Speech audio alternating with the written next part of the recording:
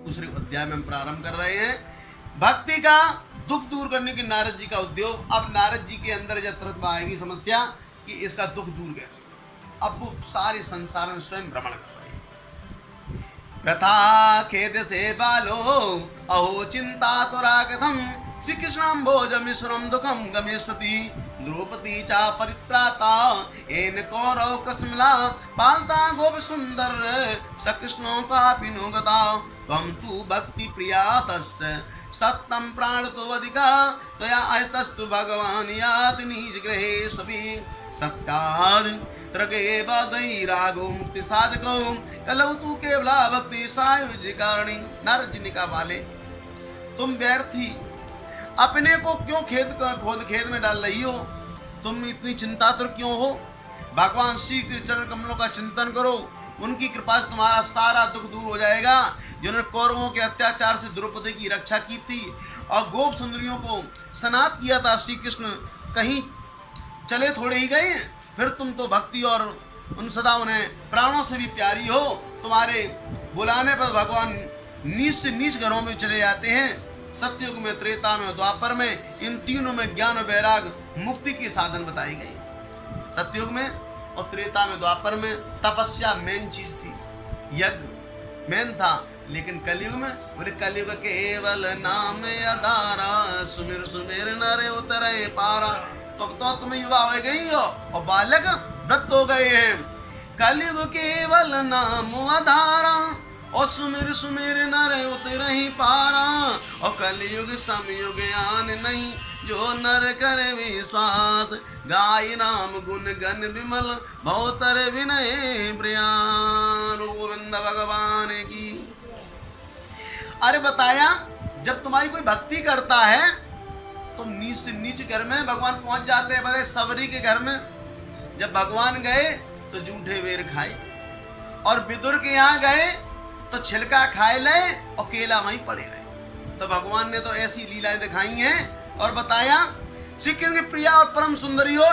एक बार जब तुमने हाथ जोड़कर पूछा क्या करूं, तो जब क्या करो तुमने भगवान की आज्ञा स्वीकार कर ले। इससे तुम बस श्री हरि बहुत प्रसन्न हुए और तुम्हारी सेवा करने के लिए मुक्ति को तुम्हारे दासी रूप में दे दिया, इन ज्ञान वाक्यों को पुत्र रूप में दिया। तुम्हारे साक्षात रूप से वैकुंठ धाम में भक्तों पर पोषण करती हो। भूलों तुमने उनकी पुष्टि के लिए केवल छाया का रूप कर दिया है। और बताया ज्ञान मुक्ति ज्ञानम विरक्तिम चा सकृता गता भवीम कदा विपरास्यानम महानंदेन संता कलौ मुक्तिं क्षमा प्राप्तां पाखंडमयी पीड़िता तज्ञागता शीघ्रं वैकुंठम पुनरेव जा। तब तुम मुक्ति ज्ञान और वैराग को साथ लिए पृथ्वी पर लाई हो। सतयुग में द्वापर पर में बड़े बड़े आनंद से रही। कलयुग में तुम्हारी दासी मुक्ति पाखंड रूप से रोग से पीड़ित होकर क्षीण होने लगी है। इसलिए वह तो तुरंत ही तुम्हारी आज्ञा से वैकुंठ लोक को चली गई है। इसी लोगों तुम्हारे स्मरण करने से वह आती है और फिर चली जाती है। ऐसा प्रचार कर देंगे कि संसार में केवल तुम्हारी ही कथा होगी। नारद जी ने इस बात को कहा और आगे चलते हैं। बापी होने बेखट के भगवान श्री कृष्ण के अभय धाम को प्राप्त होंगे। जिनके हृदय में निरंतर प्रेम रूपी भक्ति निवास करती है, वे शुद्ध अंतःकरण पुरुष स्वप्न में यमराज को नहीं देखते हैं। जिनके हृदय में भक्ति महारानी का निवास है, उन्हें प्रेत, पिशाच, राक्षस, दैत्य स्पर्श नहीं करते हैं। भगवान तप, वेदाध्ययन, ज्ञान, कर्म आदि किसी को साधन के बस में नहीं किए जा सकते हैं। वे केवल भक्ति से ही वशीभूत होते हैं। इसमें गोपी जन प्रमाण है। मनुष्यों का सहस्रों जन्मों के पूर्ण प्रताप से भक्ति में अनुराग होता है और कलयुग में केवल भक्ति ही सार है। भक्त तो साक्षात श्री कृष्ण के सामने उपस्थित हो जाते हैं। जो लोग भक्ति से द्रोह करते हैं वे तीनों लोकों में दुख ही दुख पाते हैं। पूर्व काल में भक्त का अत्याचार करने वाले दुर्वासा ऋषि को बड़ा कष्ट उठाना पड़ा था। बस व्रत, तीर्थ, योग, यज्ञ और ज्ञान चर्चा बहुत से साधनों की कोई आवश्यकता नहीं होती। एकमात्र भक्ति मुक्ति देने वाली होती है। सूर्य कहते सुनो इतना निर्णीतम समात्मम निशम निशा सर्वांग पुष्ट संयुक्ता नारद वाक्यवृत। सूर्य कहते इस प्रकार नारद जी के निर्णय किए हुए अपने महत्व को सुनकर भक्त के सारे अंग पुष्ट हो गए और उनसे कहने लगी क्या, यहो नारद धन्यो वसि पीड़तस्ते मयि निश्चला न कदाचित् मुञ्चसि चित्ते स्थासं सर्वदा कृपालना तया साधो मद्भावाधांस्ता जनाम पुत्रो चेतना नास्ति ततो बोधय केवल। मैं आपकी मुझसे निश्चित प्रीति में सदा आपके हृदय में रहूंगी, कभी आपको छोड़कर नहीं जाऊंगी साथ। और नारद जी ने कहा, महात्माओं इस समय बड़े भाग से मेरा आप लोगों के साथ समागम हुआ है, आप मुझ पर कृपा करके सीख हुए परम साधन बताएं। आप सभी लोग बड़े योगी हैं, बुद्धिमान हैं, विद्वान हैं। आप देखने में 5 वर्ष के बालक से जान पड़ते हैं, किंतु पूर्वजों के भी पूर्वज हैं। आप लोग सदा वैकुंठ धाम में निवास करते हैं, निरंतर हर कीर्तन में तत्पर रहते हैं और भगवत लीला का रसास्वादन सदा उसी में उन्मत्त रहते हैं। और एकमात्र भगवत कथा ही आपके जीवन का आधार है। हरि शरणम प्रभु हरि शरणम, तुम्हारा केवल जीवन ही हरि शरणम। भगवान ही हमारे रक्षक हैं। यह वाक्य मंत्र सर्वदा आपके मुख में रहता है। इसी से काल पर वृद्धावस्थी आपको बाधा नहीं पहुंचाती है। पूर्व काल में आपके भृंग मास से भगवान विष्णु के द्वारपाल जय और विजय तुरंत पृथ्वी पर गिर गए और उनकी ही कृपा से पुनः वैकुंठ लोक पहुंच गए। धन्य है इस समय आपका दर्शन, बड़े सौभाग्य से हुआ है। मैं बहुत दीन हूँ, आप लोग स्वभाव से दयालु हैं, इसे मुझ पर आपको अवश्य कृपा करनी चाहिए। बताइए, आकाशवाणी ने जिसके विषय में कहा वह कौन सा साधन है जो मुझे किस प्रकार आपका अनुष्ठान करना चाहिए। आपका विस्तार से वर्णन करें। भक्ति ज्ञान और वैराग को जिस प्रकार सुख मिल सकता है और किस तरह इसकी प्रेम पूर्वक सब वर्णों में प्रतिष्ठा की जा सकती है। सनकादि ने कहा, सुनो। माम चिंताम कुरु देवर्षे हर्ष चित्ते समावह उपाय सुख साधो अत्र वर्तते पूर्व एव ही। सनकादि ने कहा, देवर्षे आप चिंता न करें, मन में प्रसन्न हो जाएं। उनके उद्धार का एक सरल उपाय पहले से ही निश्चित है, उसको मैं तुमसे कह रहा हूं, सुनो। बोले, हो नारद धन्योऽसि विरक्तानां शिरोमणि सदा कृष्णदासान योग भास्करा त्वयि चित्रं न मंतव्यं भक्तिर्तमनुप्रतिना घटते कृष्णदासस्य भक्ते संतापिना सदा विद्यमान। नारद जी आप धन्य हैं, आप विरक्तों की शिरोमणि हैं, श्री कृष्णदासों के शाश्वत पथ प्रदर्शक, भक्ति के भास्कर हैं। आप भक्तों के लिए जो उद्योग कर रहे हैं वो आपके लिए कोई आश्चर्य की बात नहीं समझनी चाहिए। भगवान के भक्तों के लिए भक्त की सम्यक स्थापना करना उचित ही है। ऋषियों ने संसार में अनेक मार्ग प्रकट किए हैं, किंतु वे सभी कष्ट साध्य हैं। परिणाम में प्रायः स्वर्ग की ही प्राप्ति कराने वाली हैं। अभी तक भगवान की प्राप्ति कराने वाला मार्ग तो गुप्त ही रहा, उसका उपदेश करने वाला पुरुष प्रायः भाग्य से ही मिलता है। आपको आकाशवाणी ने जिस सत्कर्म का संकेत किया है उसे हम बतलाते हैं, आप प्रसन्न और समाचित होकर सुनिए। द्रव्यस्तपो यज्ञ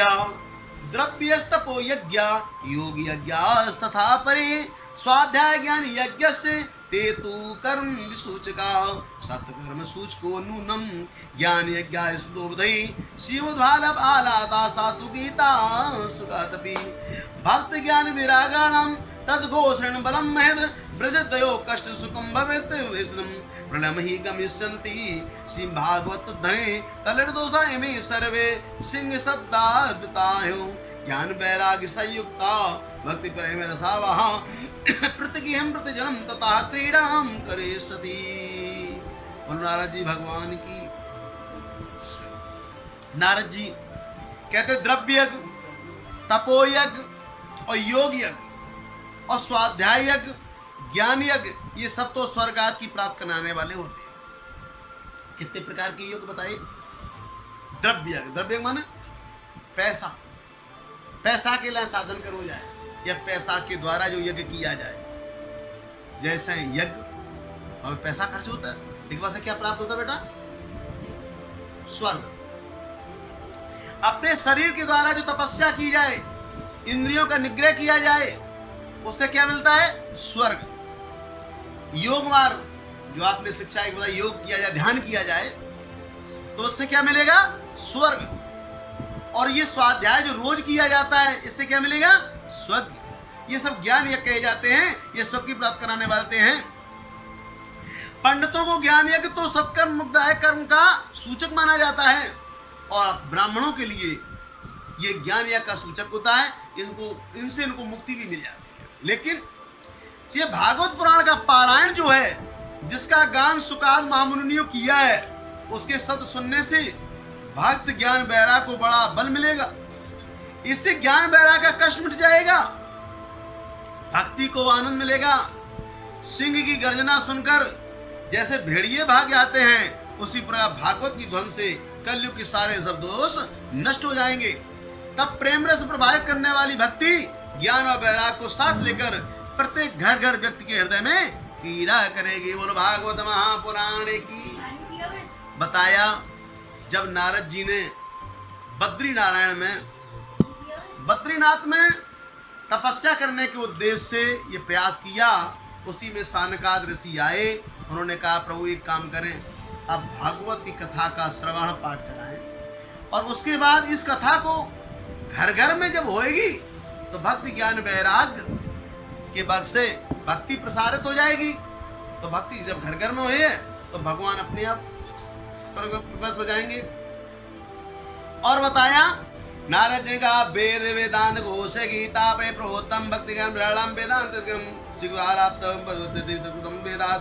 श्लोके पदे पदे ना। मैंने वेद ध्वन की ध्वन गीता पाठ करके उन्हें बहुत जगाया, फिर भी ज्ञान वैराग ये दोनों नहीं जगे थे। ऐसी इसमें भागवत का सुनाने से कैसे जगेंगे? क्योंकि उस कथा के प्रत्येक श्लोक और प्रत्येक पद में वेदों का ही तो सारांश है। आप लोग शरणागत वत्सल हैं, आपका दर्शन भी व्यर्थ नहीं होता है। मेरा यह संदेह दूर कीजिए, कार्य में विलंब न कीजिए। सनकादिक ने कहा सुनो, वेदोपनिषदाम सार जगताम भागवती कथा अत्ताम ततो वाति पृथक भूताम बलांगदे यदा दुग्धे स्तम सप्यर्न स्वपायोद कल्पदे पृथक भूतम ही तद्वगभ्यम देवानां रसभर्धनम ईक्षुणापि मध्यांतम सर्करा व्याप्तिष्ठति। उनकी फल रूपा होने के कारण बड़ी उत्तम जान पड़ती है।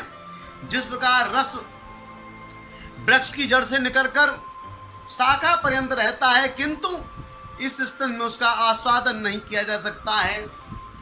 जैसे गन्ना है बेटा, गन्ना है, और गन्ना नीचे से लेकर ऊपर तक सुनने के लिए आए। जो लोग अपने गौरव के कारण नहीं आए, मैं उसे भृगु उन्हें समझा बुझाकर ले आए। और जो लोग जकाते हमें बुलाओ नहीं गो, तो उन्हें भृगु जी गए। बोले सुनो, जब भगवान की कथा है, ये अमृत से भी बढ़कर है, इसको सुनने के लिए आए। तो जो नहीं आए थे, भृगु जी महाराज उनको लेके आए।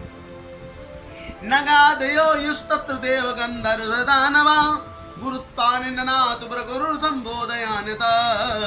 तब कथा बताए, कथा सुनाने के दीक्षित होकर श्री कृष्ण पारायण प्रसन्नकाद नारद जी के दिए गए श्रेष्ठ आश्रम विराजमान हुए।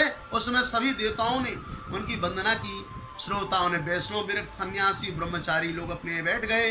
सबके आगे नारद जी विराजमान हुए। एक और ऋषिगण, एक और देवता, एक और वेद, एक और उपनिषद, और एक और तीर्थ बैठे हुए, दूसरी ओर स्त्रियां बैठी हैं। उस समय सब और जय जयकारा, नमस्कार, शंखों का शब्द होने लगा। अबीर, गुलाल, खील, फूलों की खूब वर्षा होने लगी। कोई कोई देव से तो विमानों पर चढ़कर वहां बैठे हुए लोगों पर कल वृक्ष के फूलों की वर्षा करने लगे। सूजुवा विमानान समारुआ क्रियन्तो देव नायका कल प्रसून स्थिन समासत सामगान। जितने भी कथा सुनने के लिए वहां पर बैठे हैं, तो कल्प वृक्ष के फूलों की वहां पर वर्षा होने लगी है। और सूर्य जी कहते क्या हुआ? एवं तेज की चित्त भागवत सचा मात मुचे स्पष्टम नारदाय महात्मा। सूर्य जी कहते जिस प्रकार पूजा समाप्त होने पर जब जय लोग एकाग्रचित हो गए, तब सनकादिक महात्मा नारद को भागवत का महत्व विश्व करके सुनाने लगे। भागवती कथा का महत्व बता रहे हैं कि भागवती कथा का महत्व क्या है। कुमारा उचु अथम ते वर्णते अस्मान महिमा सुख शास्त्र यस श्रवण मात्र मुक्ति करतले सदा सदा सेव्या श्री भागवती कथा यश्चा श्रवण मात्र हर चित्तम समासेद। ग्रंथो अष्ट 10 सहस्रो 12 स्कंद संहिता परीक्षित सुख संवाद श्रृणु भागवतम च यद। सनकादि ने कहा अब इसको इस भागवत शास्त्र की महिमा सुनाते हैं। इसके श्रवण मास से मुक्ति हाथ लग जाती है। भागवत की कथा सर्वदा सेवन आस्वादन करना चाहिए। इसके श्रवण मास से हरि हृदय में विराजते हैं और इसके ग्रंथ में 18,000 श्लोक हैं, 12 इसमें स्कंद हैं और सुखदेव परीक्षित का संवाद है। आप यह भागवत शास्त्र का ध्यान देकर सुनिए। यह जीव तभी तक अज्ञान व संसार चक्र में भटकता है जब तक क्षण भर के लिए कानों में एक सुख शास्त्र की कथा नहीं पढ़ती। बहुत से शास्त्र, बहुत से पुराण सुनने से क्या लाभ है? इससे तो व्यर्थ का भ्रम पड़ता है। मुक्ति देने तो एकमात्र भागवत शास्त्र ही गरज रहा है। जिस घर में नित्य प्रति भागवत की कथा होती है वह तीर्थ रूप हो जाता है और जो लोग उसमें रहते हैं उनके तो सारे पाप नष्ट हो गए।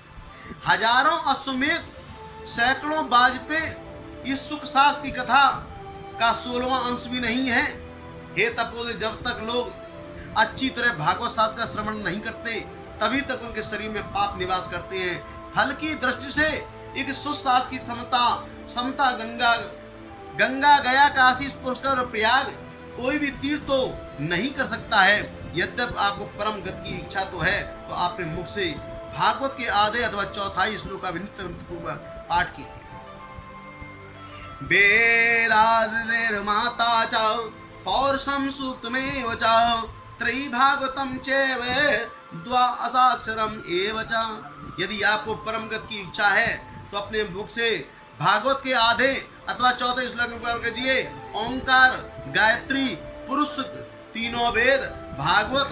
ओम नमो भगवते वासुदेवाय, ओम नमो भगवते वासुदेवाय।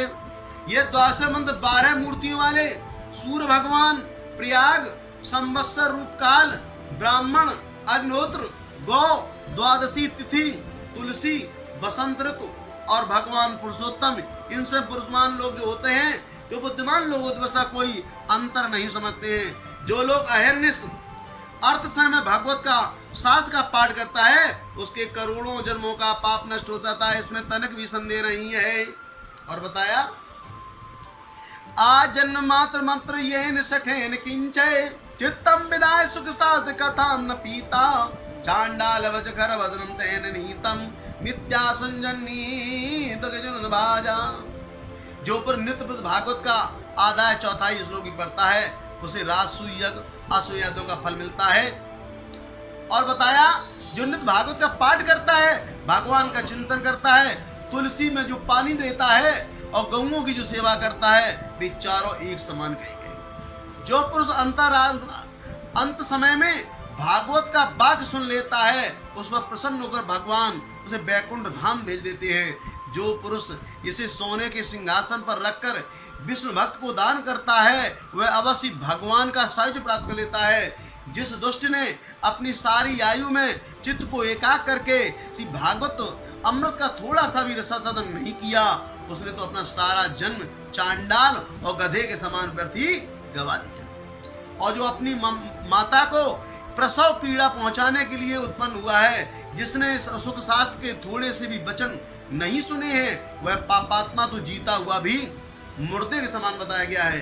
पृथ्वी के भार स्वरूप पशुतुल मनुष्यों को धिक्कार है जो स्वर्ग लोक में देवताओं के प्रधान इंद्रादि कहा करते हैं। क्या कहते हैं कि संसार में भागवत की कथा मिलना अवश्य कठिन है। जब करोड़ों जन्मों का पुण्य होता है तभी इसकी प्राप्ति होती है। नारद जी आप बड़े ही बड़े बुद्धिमान हैं, योग निधि, आप प्रयत्न पूर्वक कथा का श्रवण कीजिए। इसे सुनने के लिए दोनों का नियम नहीं है, इसे तो सर्वदा ही सुनना अच्छा होता है। इसे सत्य भाषण ब्रह्मचर्य पालन पूर्वक सदा ही सुनना श्रेष्ठ माना गया है, किंतु कलयुग में ऐसा होना कठिन है। इसे इसकी सुखदेव जी ने तो विशेष विधि बताई है, वह जान लेनी चाहिए। कलयुग में बहुत दिनों तक चित्त की वृत्तियों को बस में रखना, नियमों में बंधे रहना, किसी पूर्ण कार्य के लिए दीक्षित रहना कठिन है। इसलिए सप्ताह श्रवण की विधि है। सप्ताह पूर्वक कथा भी श्रवण करने में अथवा माघ मास में श्रवण करने जो फल मिलता है वही फल सुखदेव जी के सप्ताह श्रवण निर्धारित होता है। मन के असंयम, रोगों की बहुत आयु की अल्पता के कारण कलयुग में अनेकों दोषों की संभावना से ही सप्ताह श्रवण का विधान किया गया है। और आगे बताया कि यत फलम नास तपसा न योगेन समाधना अनायसन तत्परम सप्ताह श्रवण विदे यज्ञात गर्जति सप्ताह सप्ताह गर्जत बता तपसो गर्जे प्रोषत नित वर्जति और योगादि गर्जत सप्ताहो ध्यानादि वर्जति किम ब्रूमो गर्जनम तस् रे गर्जति गर्जति। जो फल तप से, योग से, समाधि से भी प्राप्त नहीं हो सकता, वह सर्वांग रूप से सप्ताह श्रवण से सहज मिल जाता है। सप्ताह श्रवण यज्ञ से बढ़कर, व्रत से बढ़कर, तप से कहीं बढ़कर है। 30 सेवन तो सदा ही बढ़ता है, योग से बढ़कर है। यहाँ तक कि ध्यान और ताप से भी योग बढ़कर है। अजी इसकी विशेषता कहाँ तक वर्णन करें, यहाँ तो सबसे ही बढ़कर बताया गया है। सौनक कहते हैं, सुनो सूर्य, यह तो अपने बड़े आश्चर्य की बात कही अवश्य है। भागवत पुराण योगवेता ब्रह्मा जी के आदि कारण श्रीमन नारायण का निरूपण करता है, परंतु यह मोक्ष की प्राप्त में ज्ञाना सभी साधनों का तिरस्कार करके इस युग में उनसे भी कैसे बढ़ गया है। सूर्य ने कहा, सुनो सौनकादि ऋषियों ने जब भगवान श्री कृष्ण इस धराधाम को छोड़कर अपने नित्य धाम को जाने लगे तो उन्होंने मुखारविंद से एकादश स्कंद का ज्ञानोदय सुनकर भी उद्धव जी ने पूछा। उद्धव जी बोले, गोविंद अब आप तो अपने भक्तों का कार्य करके परम धाम को पधारना चाहते हैं, किंतु मेरे मन में एक बड़ी चिंता है, उसे सुनकर आप मुझे शांत कीजिए। अब घोर कलिकाल आया समझिए, इसलिए संसार में फिर अनेकों दुष्ट प्रकट हो जाएंगे। उनके संसर्ग को अनेकों पुरुष उग्र प्रकट हो जाएंगे और उनके भार से दबकर यह गौरूपी पृथ्वी किसी शरण में जाएगी। कमल्यान, मुझे तो आपको छोड़कर इसकी रक्षा करने वाला कोई दूसरा नहीं दिखाई पड़ता है, इसलिए भक्त वत्सल आप साधुओं पर कृपा करके यहाँ से मत जाइए। भगवान आपने निराकार और चिन्मात्र होकर भी भक्तों के लिए यह सगुण रूप धारण किया है, फिर भला आपका वियोग होने पर भक्तजन पृथ्वी पर कैसे रह सकेंगे। निर्गुण उपासना में तो बड़ा कष्ट है, जो कुछ विचार कीजिए, बताइए। प्रभास क्षेत्र में उद्धव जी के ये वचन सुन भगवान सोचने लगे, भक्तों के अविलंब के लिए मुझे क्या व्यवस्था करनी चाहिए। सौनक जी, तब भगवान ने अपनी सारी शक्ति भागवत में रख दी। अंतर्धान होकर इस भागवत समुद्र में प्रवेश करे। बोलो कृष्ण भगवान की, बोलो विष्णु भगवान की। भगवान ने इस भागवत महापुराण में समाविष्ट हो गए और ये भागवत महापुराण ये साकार रूप माना जाता है। तो संसार में भगवान कृष्ण नहीं मिलेंगे, लेकिन ये साक्षात भगवान कृष्ण का रूप माना गया है। तेने अंबांगमयी मूर्ति प्रत्यक्षांबरतामरे सेवना श्रवणाद पाठा दर्शनाद पापनाश्री सप्ताह श्रवणम तेन सर्व्यो बोधकम कृतम साधनाम तस्कृते कलो धर्मो रमते। इसलिए भगवान की साक्षात शब्दमयी मूर्ति है। इसके सेवन से, श्रवण से, पाठ से अथवा दर्शन से मनुष्य के सारे पाप नष्ट हो जाते हैं। इसलिए इसका सप्ताह श्रवण सबसे बढ़कर है और माना गया है। कल में तो अन्य साधनों से छोड़कर यही प्रधान धर्म बताया गया है। कल काल में यही मेरा धर्म है, जो दुख, दारिद्र्य, दुर्भाग्य, पापों को सफाई देता है, काम, क्रोध, शत्रु विजय दिलाता है। अनंता भगवान की इस माया से पीछा छोड़ना देवताओं के लिए भी कठिन है। मनुष्य तो इसे छोड़ भी कैसे सकते हैं, अतः इससे छूटने में वसत्तापुरण का विधान किया जाना चाहिए। सूत जी कहते हैं, सौनक जिस समय सौनक आज मुनीश्वर इस प्रकार सत्ता सम्मान का बखान कर रहे थे, उस सभा में एक बड़ा आश्चर्य हुआ। उसे मैं बतलाता हूँ, सुनो। वहां तरुणा वस्तु प्राप्त हुई, अपने दोनों पुत्रों को साथ लिए विशुद्ध प्रेम रूपा भक्ति बार बार श्री कृष्ण गोविंद हरे मुरारे हे नाथ नारायण वासुदेव। श्री कृष्ण गोविंद हरे मुरारे हे नाथ नारायण वासुदेव। गोविंद भगवान की, जिसके लिए यह कथा सुनाने का प्रयास किया जा रहा था, वही भक्त ज्ञान वैराग्य को लेकर सहसा वहां पर प्रकट। ये कथा बद्रीनाथ में बताई गई है विधि, और नारद जी आनंद घाट में सौनक आदि ऋषियों को लेकर के आए हैं। वहां पर मंडप की तैयारी की गई। तो मैंने आपको बताया, देवलोक के, भूलोक के, स्वर्गलोक के सारे देवता, और जो नहीं आए तो भगव जी लेकर के आए हैं। लेकिन ये कहाँ पे थी? भक्ति ज्ञान वैराग्य कहाँ थी? मथुरा में। और कथा कहाँ हो रही थी? हरिद्वार में। तभी एक वहां पर अचंबा हो गया कि भक्ति और ज्ञान वैराग्य के साथ में सहसा वहां प्रकट हो गई और एक शब्द बोला। कौन? बोलो श्री कृष्ण गोविंद हरे मुरारे हे नाथ नारायण वासुदेवा। श्री कृष्ण गोविंद हरे मुरारे हे नाथ नारायण वासुदेव गोविंद भगवान